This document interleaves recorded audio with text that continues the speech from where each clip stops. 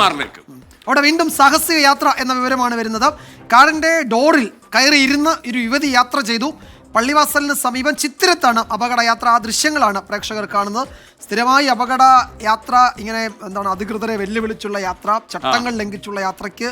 ഇതും തമിഴ്നാട് രജിസ്ട്രേഷൻ ആണോ എന്ന് ചോദിക്കണം. മിക്കവാറും തമിഴ്നാട് രജിസ്ട്രേഷൻ ഉള്ള വണ്ടിയാണ്. ഇങ്ങനെ തമിഴ്നാട്ടുകാരെ കണ്ട് കേരളത്തിലുള്ളവർ പഠിച്ചാണോ കേരളത്തുകാരെ പഠിച്ച് തമിഴ്നാട്ടിൽ വിട്ടത് അല്ലേ? ഓക്കെ, ആ ഏരിയയിൽ ആ ഗ്യാപ്പ് റോഡിലൊക്കെ ഇങ്ങനെ വ്യാപകമായിട്ട് യാത്രയുണ്ട്. ടാക്സിയാണ്. ഓക്കെ, അപ്പൊ രാഹുൽ വിജയൻ വിവരങ്ങൾ നൽകി ഇടുക്കിയിൽ നിന്ന്. രാഹുൽ, ഇത് എപ്പോൾ നടന്ന യാത്രയാണ്? ഇതിന്മേൽ ഈ വാഹനം അതിന്റെ ഉടമയെ കണ്ടുപിടിച്ചിട്ടുണ്ടോ? യാത്രക്കാരെ കണ്ടുപിടിച്ചിട്ടുണ്ടോ? നടപടി എടുത്തിട്ടുണ്ടോ? എന്തൊക്കെയാണ് രാഹുൽ വിവരങ്ങൾ? പ്രായമുള്ള ആൾക്കാർ കണ്ട ചില്ലറ അഹങ്കാരമല്ല എന്ന് പറയും രാഹുൽ. തീർച്ചയായിട്ടും.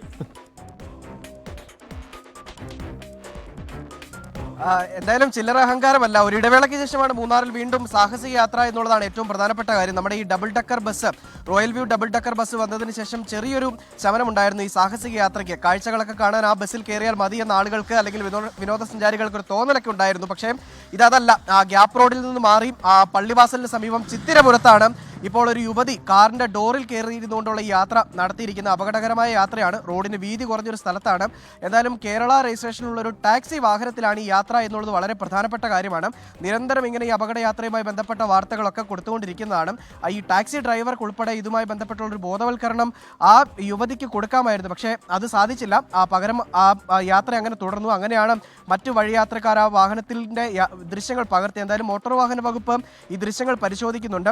ഈ വാഹനത്തിന്റെ രജിസ്ട്രേഷൻ നമ്പർ വെച്ച ആരുടെ വാഹനമാണ്, ആരാണ് ഈ വാഹനത്തിൽ യാത്ര ചെയ്തതെന്നടക്കമുള്ള കാര്യങ്ങൾ വിശദമായി പരിശോധിക്കും, കണ്ടെത്തും, നടപടിയെടുക്കുമെന്ന് വ്യക്തമാക്കുകയും ചെയ്തിട്ടുണ്ട്. Thank you Rahul Vijayan.